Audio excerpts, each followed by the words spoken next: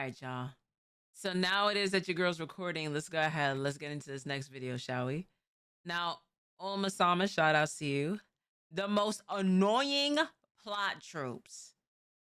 Oh man, not me about to end this out on something that may or may not piss me off. So without further ado, let's go ahead. Let's get into this video. Hold on now. Oh shit! Oh dang! Dang! Oh shit! Damn. Yo, there's no way she's alive. Hey, don't move. Landing on your feet? Nah, that's kind of crazy. Roll that intro.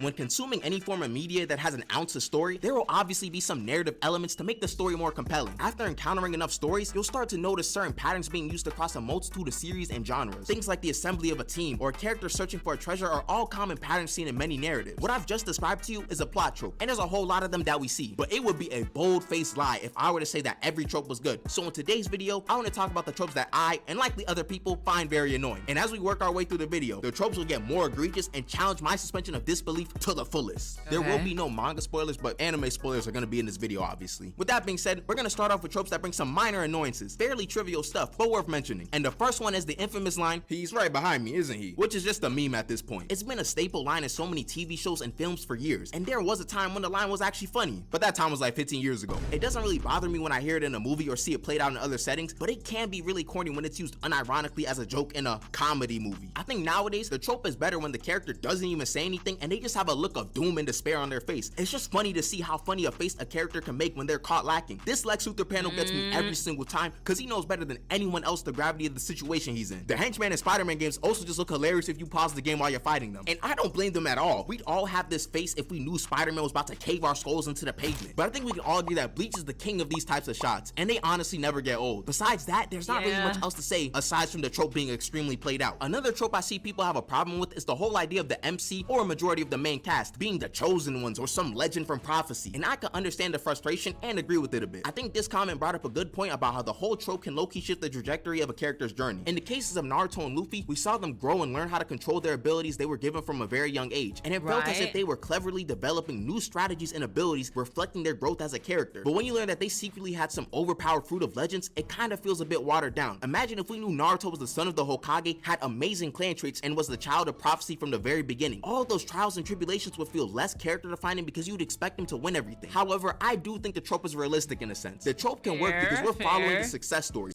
I'm not mad at that. I'm not mad at that. A part of his character development for sure was the levels of the trial and error that he had to go through. So I do understand that.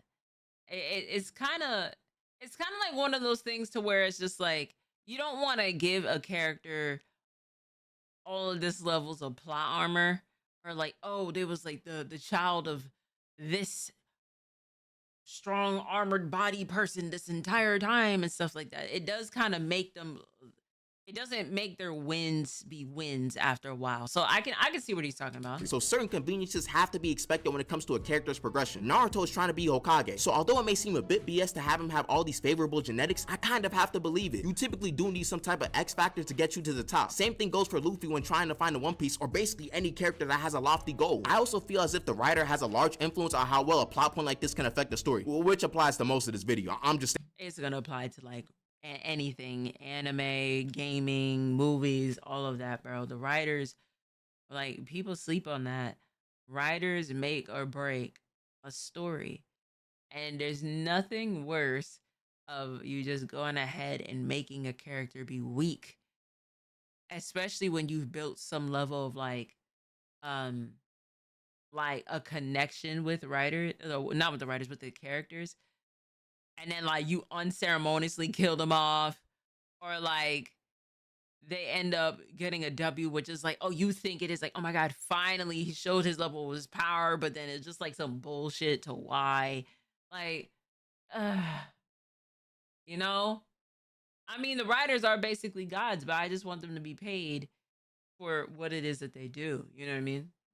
The biggest thing. Stating the obvious. Luffy still had to work to actually unlock these legendary abilities and whatnot. So in a sense, it still feels like all of the extra powers and implications of this special fruit were earned. The Chosen One trope is a case of something that I've grown to accept a lot more over time as something that's low-key necessary depending on the story. Alright, now we're gonna start getting into plot tropes that are low-key dumb as bricks. These are tropes people typically identify as a stupid plot point. It's weird though, despite the widespread complaints, you'll see these tropes more often than not. The first of these tropes is the classic case of the villain monologuing long enough to allow the hero to escape. I feel as if we don't see as many egregious cases nowadays, but they're prevalent in some manner. People have already talked about how stupid this trope is, and I share a similar sentiment. Like, I get that it gives the hero an opportunity to make a comeback and win, but it's not even as if these villains are saying anything particularly interesting. It's usually some unfounded arrogance that they're expressing. Half of the time, they're just explaining their plan in great detail, believing it's foolproof. It makes it even worse when the villain actually wants to murk the hero and they just start talking, which objectively puts them in a worse position. The hero now knows everything about your plan, so if they're smart enough or, you know, have enough plot armor, they're going to be able to escape. The only argument I understand is when arrogance is a villain's primary trait and they want to embarrass the hero before their defeat. Another may be that they want to prove the hero and their convictions wrong before they kill them. But still, it makes little to no sense to give a chance to someone you know can be the biggest obstacle to your goals. This trope only works when the hero and villain are debating ideals to make it more realistic. Like when Green Goblin and Spider-Man are yapping, it makes sense for Goblin to not murk Peter off rip because he's offering him an opportunity at a partnership. Aside from these cases, this trope just really should not be done in any serious movie. Okay, this next trope was one of the more notable ones, especially. You said, villain, I literally have you in a chokehold and can kill you this very second. But first, let me tell you about the reason why it is that I have you in this. You see, I am sick and tired of you. I've been wanting to go ahead and defeat you long enough. I wanted to taste this level, this victory. I wanted to see you to go ahead. My plan this entire time was to go ahead and do mass destruction, mass chaos. Just in a couple minutes after it is, I'm done dealing with you.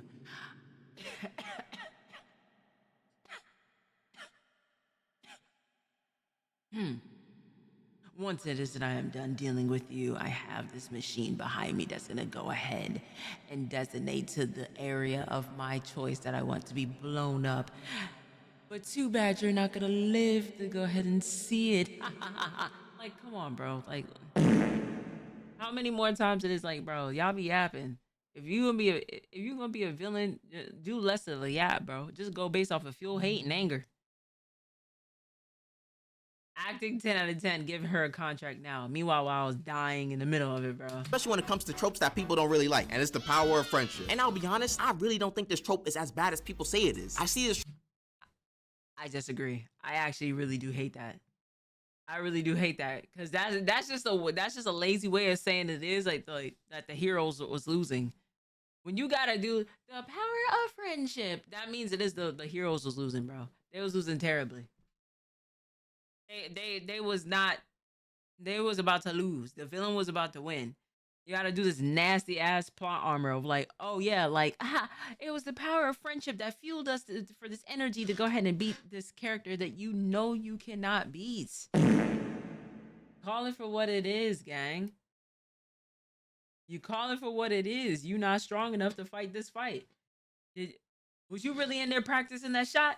Have you ever shot that shot before? That's how I feel. Trope get a lot of flack for being overused, but I low-key think it's kind of realistic. The power of friendship is essentially when a character is able to win a fight because of the bonds of their friendship. I don't know if I'm crazy, but this is something I can see possibly happening in real life. I feel as if the power of friendship is sort of like when you have a crowd behind you to support whatever you're doing. Assuming your friends aren't there to clown you, if all your close friends are there to help you with something, would that not make you feel a bit more energized? Now, I'm not that delusional. When you're getting a power up strong enough to start boxing up the person who was previously shrugging off your attacks, you're getting hit with the power of friendship allegations, because that's BS. Shonen anime are typically guilty of using the trope in this manner, but it makes sense considering those series are meant for a younger audience. There are also some cases where the trope is handled correctly, where the close bond between two characters can help them push through certain trials and tribulations. I don't think this trope is particularly bad, but it still gets the side eye from me a lot because a lot of series use it so blatantly and don't even try to disguise it. Next trope I want to talk about is when characters hold back against their opponents. Dragon Ball characters are guilty of this one a lot. And let me be real with y'all, Dragon Ball fried my brain because I kind of understand why they do it so often. You can't just crush someone immediately with full power. You don't go on a track and run a race immediately at 100%, you can pull a muscle or something. Like if you know you're better than someone at a game, you gotta drag it out a bit so you can have some more fun. Really need to gauge their power a bit and show off while you're at it too. There's also a bit of mystery to a character when you know they could just violate at any moment. And plus, a lot of characters who do hold back do have a pretty good reason in doing so. I mainly refer to superheroes when I say this, as most of the time they have a stricter moral code and don't want to murk anyone. Take Spider-Man for example. He's legitimately too strong for his opponents most of the time. When Doc Ock took over Peter Parker's body, he punched off Scorpion's jaw. And I don't mean metaphorically or rhetorically or poetically or theoretically or in any other fancy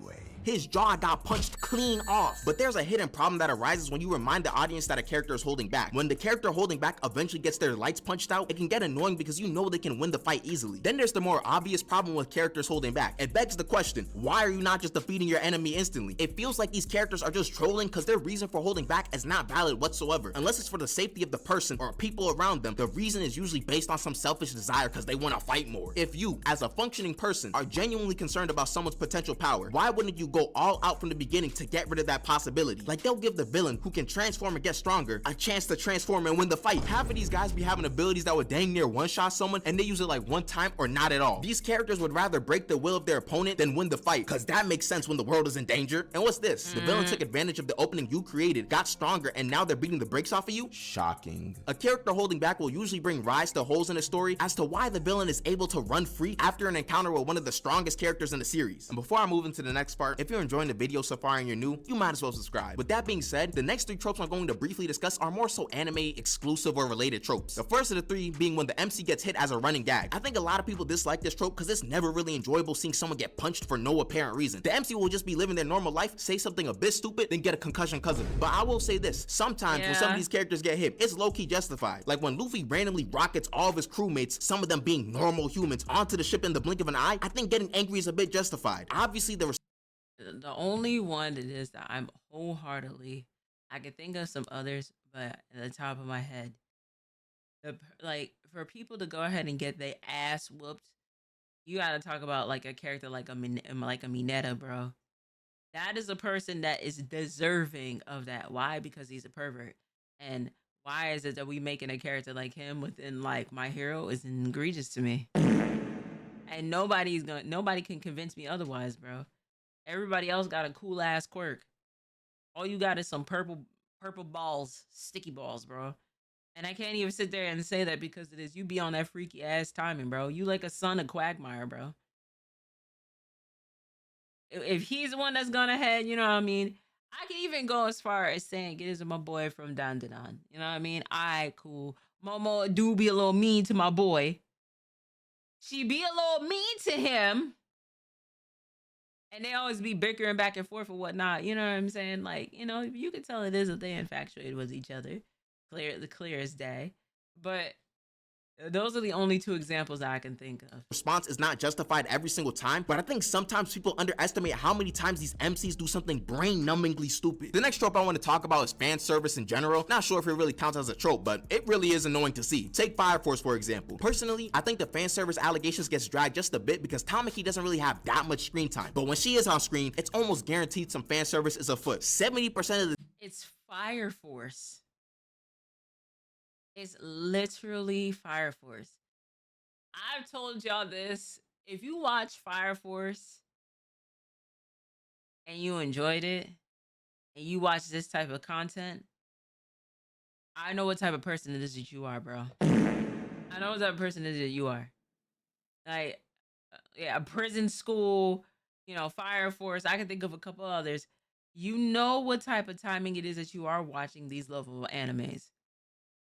You know, hell yeah, Prison School, like, bro. I think I watched Prison School back in 2020. But this is like, bro, you're right, a gooner, bro. If you watch stuff like this, I'm using a Gen Z term.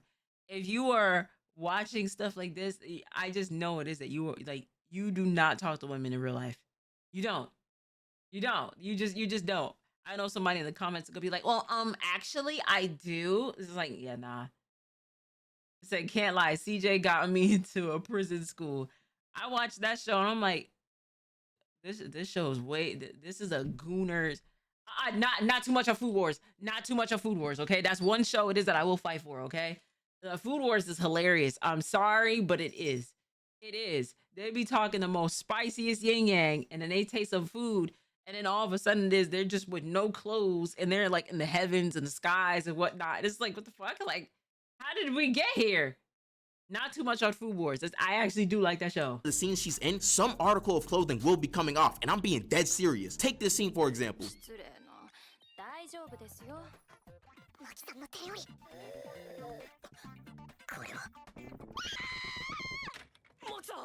Right, BJ.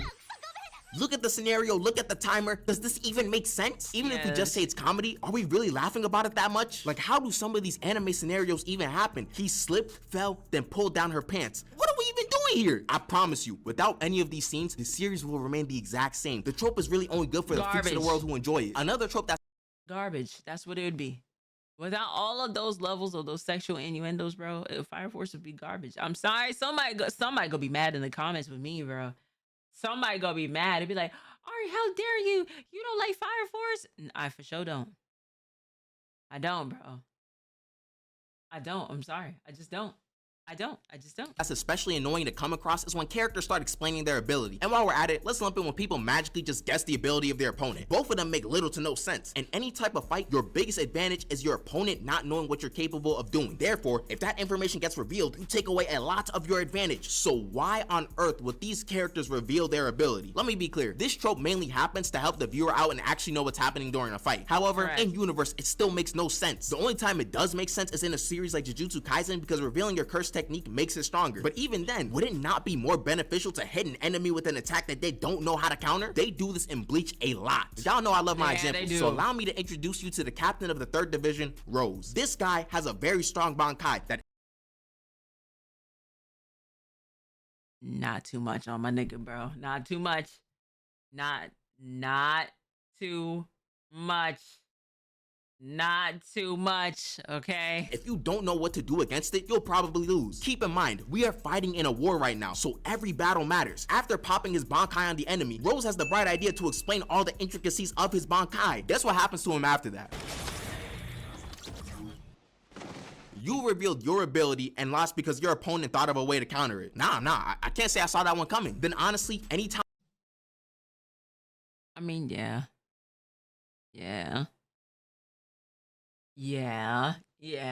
Like I said, not too much of a guy. I see a character guess an opponent's abilities off rip, I just call cap. We don't see it very often, but when we do, I just can't believe it that much. Like, the character will get hit with the most basic application of the move and automatically understand how their opponent's ability works. But I do suppose a lot of the characters who guess the opponent's abilities are typically smart characters, so I can't really hate on it that much. The last section of this video has tropes that are flagrantly bad. I'm talking plot points that are why did you put pineapple pizza in that? The last section of this video has tropes that are flagrantly bad. If you were about to sit there, bro, why did you use this? Why did you use this picture? Why did you use this picture? Why? Because pineapples belong on pizza, okay? I need people to stop acting childish. You said pineapple pizza is nasty. Pineapple pizza is delicious, bro. Especially if you get a Hawaiian barbecue pineapple pizza. Oh my God. Oh my God. It is good as hell. Oh, we have the Mango and Mango Eater. Welcome on into the chat. He said, I need jalapenos with it. No, real shit. Like, I'm... Mango, once that you told me you put jalapenos on that, I said, word? Jalapenos on pineapple pizza? Bet. I tried that with the Hawaiian barbecue. Man, boy, the contrast between the sweet, a little bit of the tangy from the barbecue, and then you got the hot from the jalapenos. I'm just like, oh, yes. You know what I mean? You said pineapple on meat lovers pizza. I don't eat meat lovers though. You know what I mean? I don't eat meat lovers. That's more like my brother thing. You know, he's the person that loves meat lovers pizza. But me, like a good pineapple pizza, you know what I'm saying? We locked in like this, bro. Like this, okay? Like this for life, bro. So, like, stop. And this goes for you too in the comments, okay? Pineapples belong on pizzas. Don't piss me off. Bad. I'm talking plot points that are a legitimate stain on a series or a movie. The tropes stray more towards bad writing than anything else. The first of these tropes I want to talk about is a plot twist. It's very hard to actually pull off a good and relevant plot twist, and most of the time they aren't executed very well. The point of a plot twist is to suddenly change the conditions or setting of the story to make an even more engaging narrative. However, there are so many times when the sudden change is way too drastic, making the plot more incoherent. For instance, look at Seven Deadly Sins. The ending was already a bit wacky at that point because it was getting dragged out. Then after defeating the main villain, whom we've hyped up for basically the entire series, boom, there's another villain. Boom, there's a betrayal. Boom, character gets revived. Boom, boom, boom. You get the point. The plot twist moves on from what we assume to be the final battle into an actual final arc that wasn't really hinted at. It just makes me feel as if the plot twist was only there to check off a box. I know it was, but like I said, if you watch, that's another show. If you watch Seven Deadly Sins, I know what type of person it is that you are too. Set up the next series, but it just left me more bewildered than anything else. It's even crazier because there are already better plot twists in this series already, so this one just felt even more out of place. There are also the BS plot twists that make you feel genuine anger. Black Zetsu and Shippuden comes to mind immediately. Or how about Lelouch and Euphemia? I'd say that not only classifies as a plot twist, but one that really made no sense of happening. It felt like it was put in to keep the series on pace to a certain goal. The next egregious trope is the shock value death. Sometimes a series will randomly kill off a character suddenly, usually as gruesome as possible to elicit some sort of shock value to the audience. Quite frankly, this trope has never been good. Neji's death in the war arc is a classic exhibit of a sudden character death for no reason. There was literally no reason for him to die. His death merely served as a way to shock the viewer and show how dangerous the war really is for the characters. That being said, it was done poorly and it's pretty hard to defend such a death. Shock value deaths also just feel like an FU to the viewers when it happens so suddenly. If you've seen Justice League Apocalypse War, you know exactly what I'm talking about. The movie essentially started murking a majority of the characters you watched for years across different movies. It was supposed to be the last movie of the universe, but it still doesn't change the fact that all these characters died to try to surprise the audience. Mind you, this movie universe wasn't always killing off characters every film, so this was out of the ordinary. The one time we saw a bunch of character deaths was the alternate future where basically everything went wrong. There's also the fact that all of these events got reset anyways, so there's little to no reason for any of it happening. However, I will say, shock value can be pulled off correctly depending on the series. For something like AOT, shock value deaths almost feel like a bit of a necessity because it's the reality of the world they live in. But besides those few exceptions, the sudden death of a character holds no value to me. I'm gonna keep it a buck. This next trope is my least favorite one. I despise when characters get dumber for no reason and do things that are out of character. This is called plot-induced stupidity. I feel as if this is different from holding back because holding back is voluntary. Characters getting dumber just feels like the writers need to move the plot forward somehow, so they just give their characters a lobotomy. Goku's already not the brightest, but in his fight versus Super 17, his brain was completely turned off. He's fighting Super 17 and realized that this android may be absorbing or at bare minimum nullifying his ki blast. Kind of like, you know, other androids in the past. This idiot decides to spam even more ki blasts for no reason. Please, I implore everyone watching this video to go watch that fight. Goku uses Vegeta's technique more than Vegeta does. He even launched a 10 times Kamehameha at him. We also have the classic cases of speed. All right, that one's just that's a justifiable one for this. Okay. Alright. Just forgetting that they can run fast. Apparently, Quicksilver doesn't realize he's faster than speeding bullets and that you can actually push someone out of the way without taking their spot yourself. Other speedsters are guilty of being just as dumb. CW Barry. Sidebar, this show really is just cheeks. It really broke the inner child inside of me. Another case that didn't make sense to me at first was Gojo not going after one of the disaster curses in Shibuya. I was so confused as to why he went after the transfigured humans first. Then I actually decided to read what was happening in the scene, and it's a bit more forgivable since they gave some explanation as to why he didn't go after them. The curses probably would have woken up if he attacked them, but it's still kind of shaky because it's Gojo we're talking about. Plot-induced stupidity isn't mutually exclusive to fights, but it's the most clear when it's done in a fight. Oh yeah, I didn't forget about you, Star-Lord. You dumb as bricks too. The next trope I'm gonna somebody in my comments on a reaction as a recent time and was just like, oh, we forgive Star-Lord. Who is we? I don't forgive this man. I'm never gonna forgive this man. I don't care if it is that this movie isn't real. I don't care. I'm not forgiving Star-Lord. I ain't forgiving this green bastard, and I'm not forgiving this emotional one. No. Hell to the nah. Talk about so we forgive Star-Lord. Who is we? Is I you know what I'm saying? Like now all of a sudden there's people want to speak French. Nah, I'm cool on that. Nah. discuss is a bit more character specific and it's related to Yu-Gi-Oh! And honestly, I'm really glad we're all mature enough to start admitting that Yama Yugi was straight up cheating in his series. When I watched Yu-Gi-Oh! For the first time, I didn't know what was happening, so I just followed what the anime was doing. Then I actually took time to learn how to play and started rewatching the original series. This guy was straight up making up rules. This BS he did against Kaiba was straight cap. What do you mean my dragon is decaying from the inside out? This was factually Yugi during half of his duels. Fine, I'll have Blue Eyes White Dragon attack over Dark Magician. Were you not paying attention? Paying attention to The what? rotation of the moon around the What? Earth? No. Heart of the Cards is also the most cap ability I've ever seen. I'm supposed to believe that as long as he has faith in his deck, he'll get the card he needs. Imagine someone told you that in real life and they got the card they needed every single time. We'd all assume they're cheating. Remember, this guy's some pharaoh from centuries ago playing card games. Absolutely, bro. Absolutely, bro. It don't matter what type of like card game it is you play. Like, hi Arson, how are you? To go ahead and get the right card each time within a deck. Nah, knowing a black household or doing like you playing with somebody that's black, they're gonna be like, nah, go ahead and reshuffle this man's cards. Reshuffle them. And matter of fact, you don't do it, I do it because there ain't no way. Ain't no way, bro. Ain't no way. You reshuffle the damn cards and then he still gets the upper hand. Yeah, nah, he's cheating. He's cheating. In the modern era. He's probably using some millennium magic to help him get the cards he needs. And just to top it off, here's Yugi drawing 4 cards when Pot of Greed only allows him to draw 2 cards. Animation error? I think not. That man is cheating. The second to last trope is, actually, let me just put it like this. No. It's a different culture, fine, whatever. But come on, bruh, this is just weird. I don't think I need to talk about how weird it is to portray adults as kids, and then even worse, put these characters in romantic positions. And to anyone who thinks this image is completely fine because she's an adult, look at this image and tell me you wouldn't have to do a double take. I'm not spending too long on this trope. Let's just move on to the final one. And this trope is a character getting written out of the story only for them to return at the most convenient time. And this low-key is going to be a preview for a later video I got in the works right now. I just find it very interesting how fans of a certain series will dunk on other series for bringing back a thought to be dead character and not bat an eye when it happens in their own series. I understand that a lot of the time I can't even talk. What wasn't I just sitting there for video games? I was getting on Heihachi. I was wholeheartedly just like, damn, bro, like I thought Heihachi was dead and he bring him back. Like, what? I can't sit there and say that. I'm one of these people I'm gonna have to go ahead and stay quiet here because I wholeheartedly was talking my yin yang. I said Heihachi should have stayed dead, bro. I know it's a video game, but you know.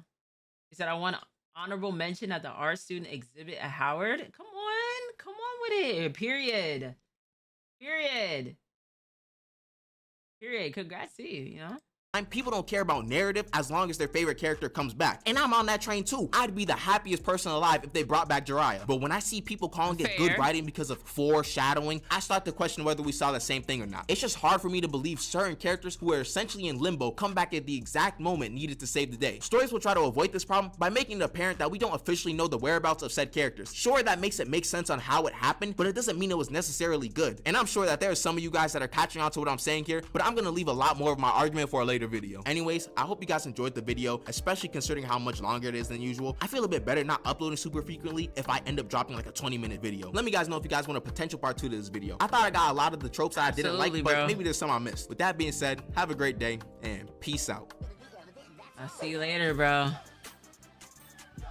You know, you had some good points in here in this video. You know, you had some good points.